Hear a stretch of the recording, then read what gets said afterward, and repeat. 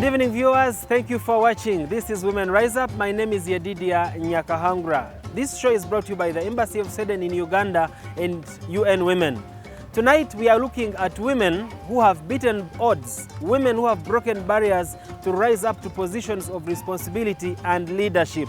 We believe that this show will encourage a woman to rise up and take up a responsibility in their community. Tonight we are hosting Honorable Ambassador Grace Eidith Ssempala, but before we bring her on the show, take a look at this skit.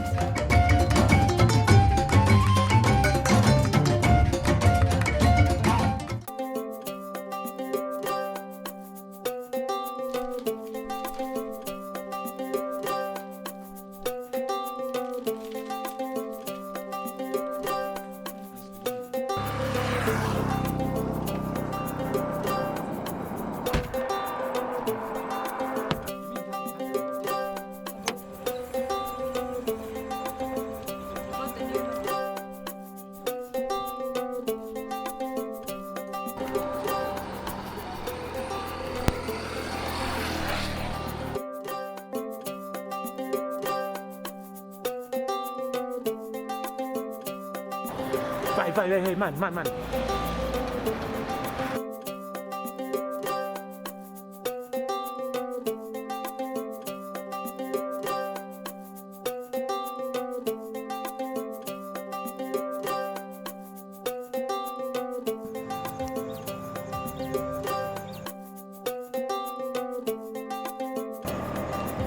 Yes, my boss.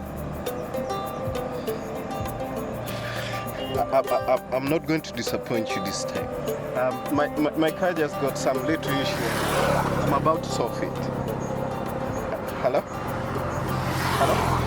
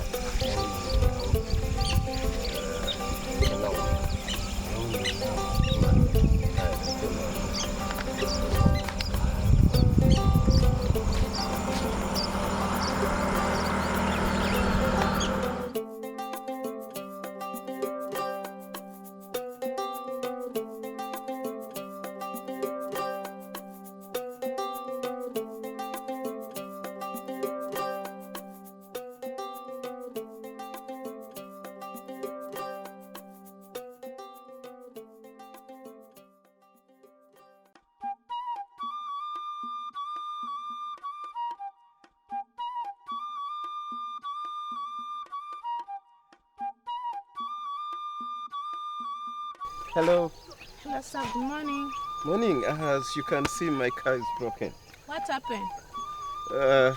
Just a car things you don't understand. Hope not so serious. Do you know somebody who can come and help me out here? But I can help. Yes, I'll call the person. I'll pay for his time and his service. See your husband? Listen, I can fix your car. But you're a woman. But I can do what men do. Okay. Here. So, great. Yeah. Wow.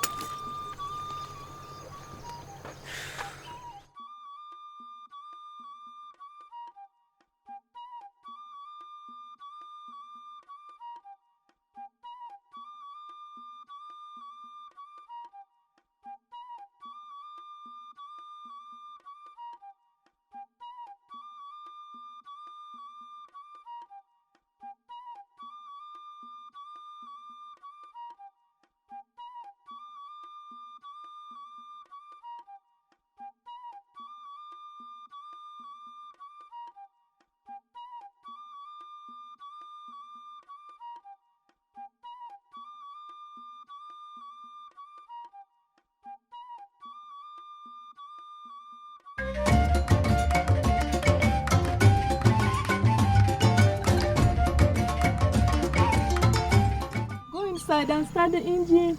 Okay.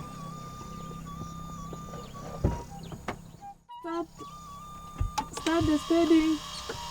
Right. Start the steering left. Put off the switch, but don't start the engine. Are you done with it?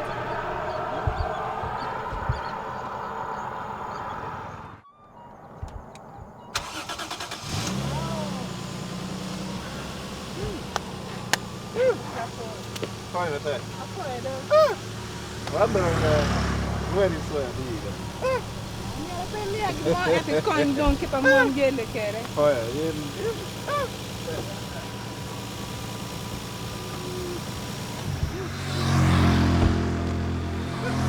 So, how much can I give you now? I don't want you to give me money. I want you guys to support women in their positions. I'll promise to support women. So you have seen how Yes. I've done some Thank more you. than men, Thanks, isn't it? Thanks a lot. Appreciate women. You're Appreciate welcome. you.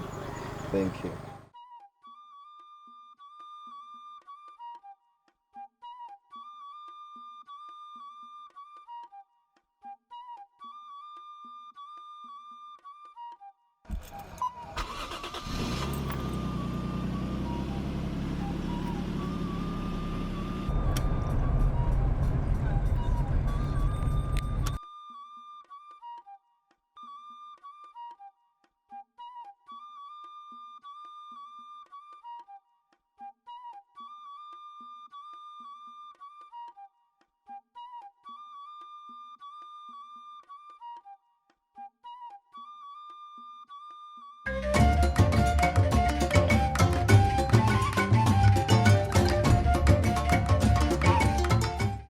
Yeah, thank you very much for watching. My name is Yedidia Nyakahangura and the show is Women Rise Up. This is a very interesting episode because we have a very interesting guest.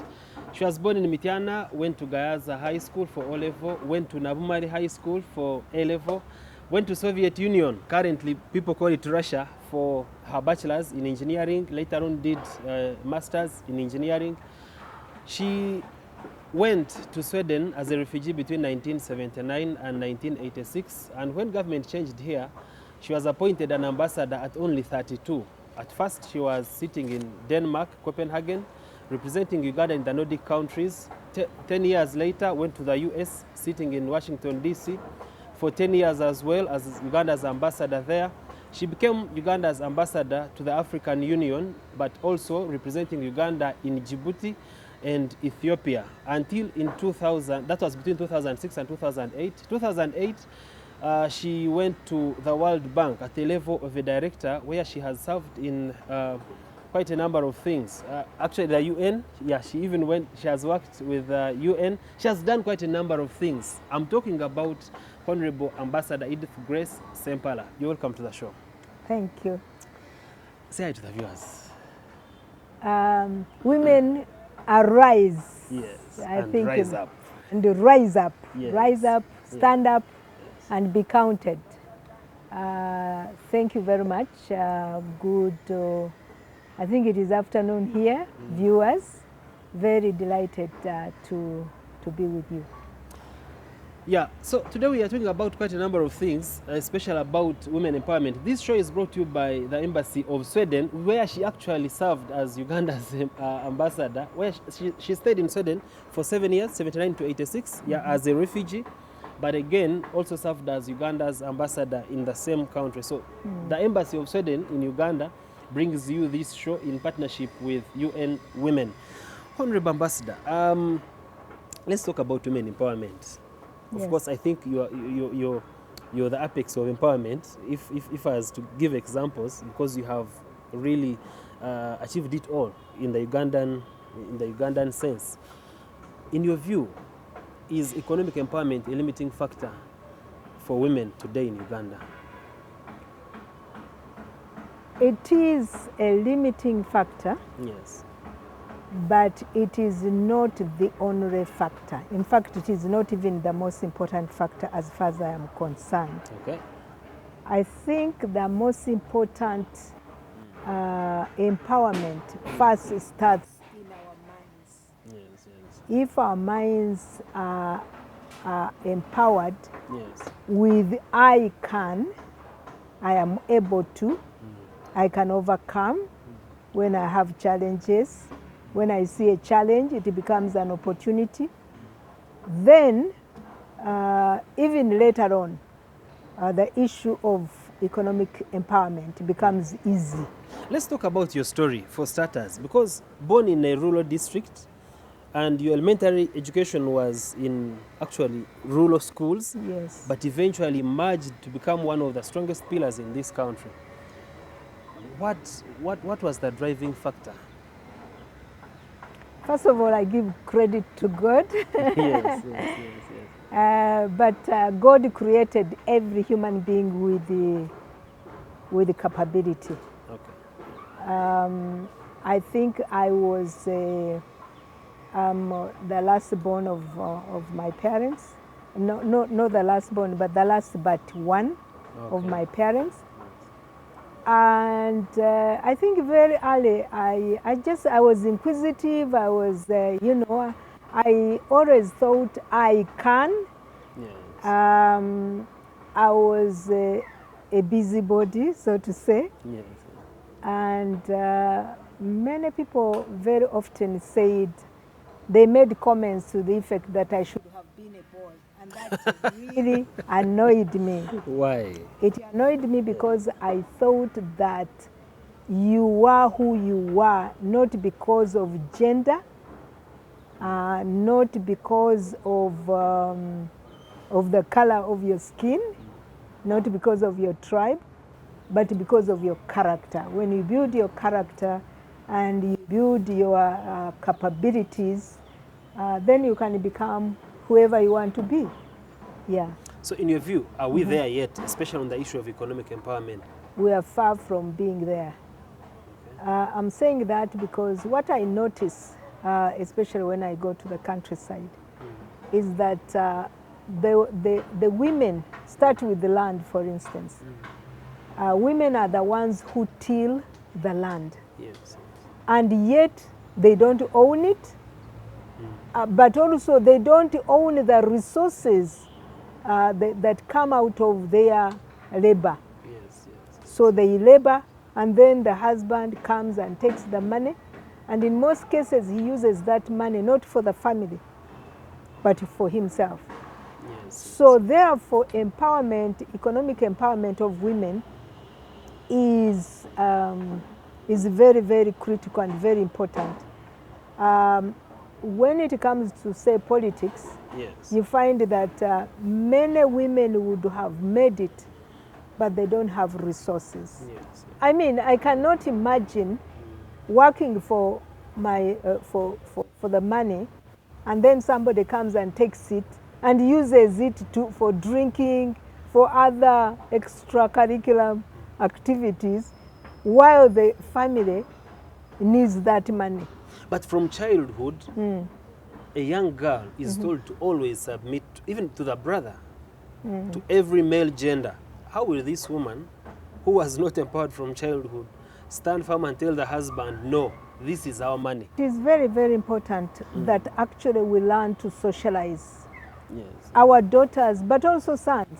Yes. So that they understand that when it comes to that time of marriage, for instance, that it is a relationship and it must be enjoyed by both husband and wife, So I believe that actually the first empowerment must be of mothers, so that they know that they have to empower their daughters. They don't discriminate. They don't tell their sons to go and sit in the sitting room while the daughters are working in the kitchen with them. There are things that are being done to empower women. Let's talk about that issue of affirmative action. In your view, do you think it needs a review? There are people who say, especially on the issue of elective politics, where we have special seats for women, there is a strong argument that these special seats are limiting women's ability and capacity to contest for other seats that are open. Isn't it limiting? No, it is not limiting, and it is extremely necessary, and it has been very helpful. I think the aspect that probably can be revisited is the issue of some women becoming permanently on affirmative action. Yes, yes, yes. Because if you have been in parliament 3 times, or even, 3 times, 2 times, Yes. really, I don't think you need to be affirmed anymore. You should be, Yes, yes, you should be able to compete. You should move out and compete. Yes, and of course, those who say when it is the men telling you that, because they don't want to compete with you, so you Yes. know that. Yes. So therefore, I think there should be affirmative action, but maybe there should be a limit to how much, to how long one can be on affirmative action. Okay. So that say, if you have been in 10 years, max, very, very max, 15, you should actually go on. If you want to continue in politics, then you should go and fight it out. Okay. Thank you very much. In case you're joining us, the show is Women Rise Up. Your host is Yedidia Nyakahangura, and our guest is Honorable Ambassador Edith Grace Sempala. We are talking about economic empowerment. We are talking about affirmative action. We are talking about a number of things that we believe, if put in place, will empower women to become strong leaders and strong pillars for this, our nation, Uganda. This show is brought to you by the Embassy of Sweden in Uganda and UN Women. We are taking a short break. We'll be right back.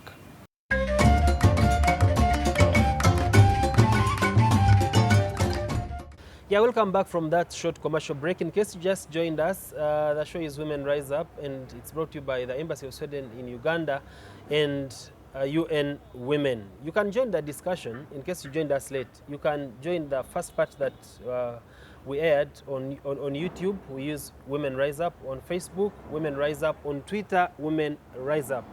You can find us on social media using Women Rise Up. Our guest is Honorable Ambassador Edith Grace Sempala.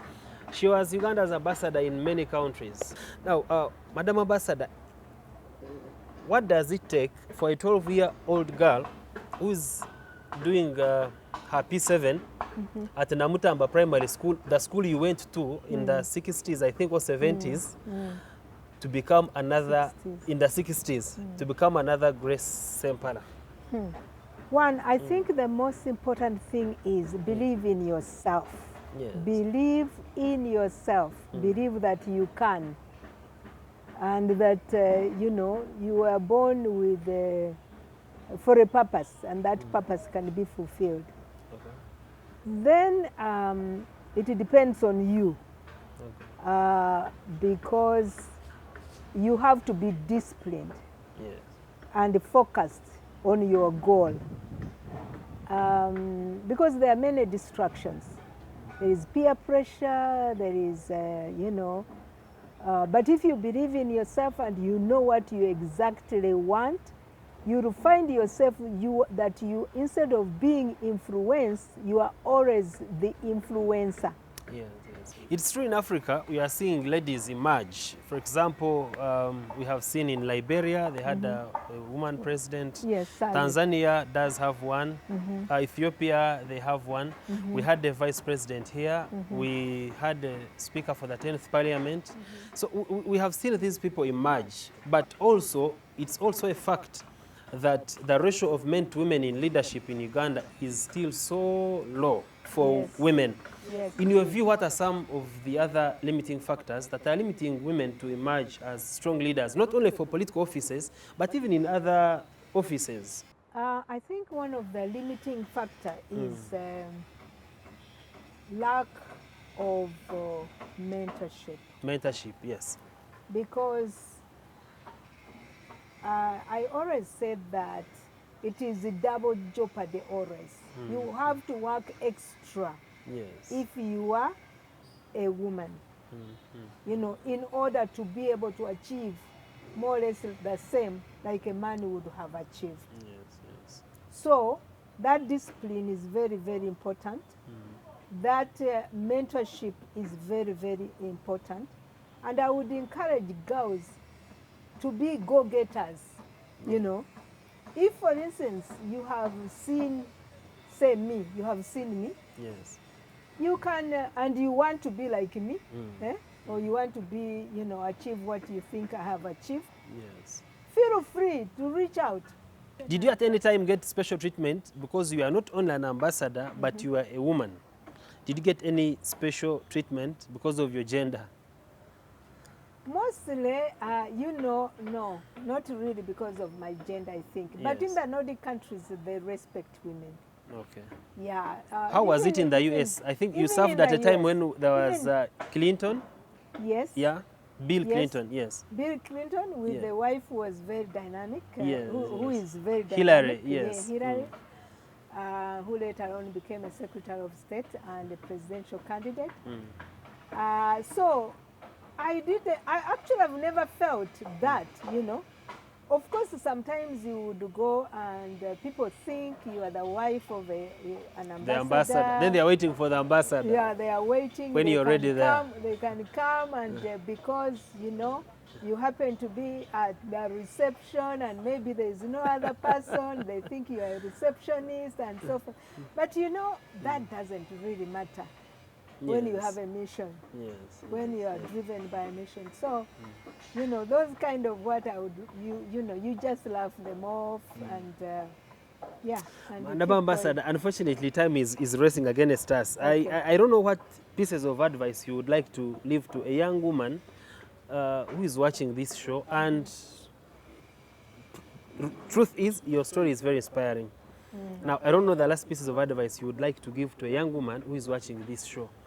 To Yeah. give them hope that they too can make it. They may Yes. not necessarily become ambassadors, but they Yes. can become ambassadors They in can come. other spheres of life, Yes. not necessarily in the diplomatic life. Yes. Yes.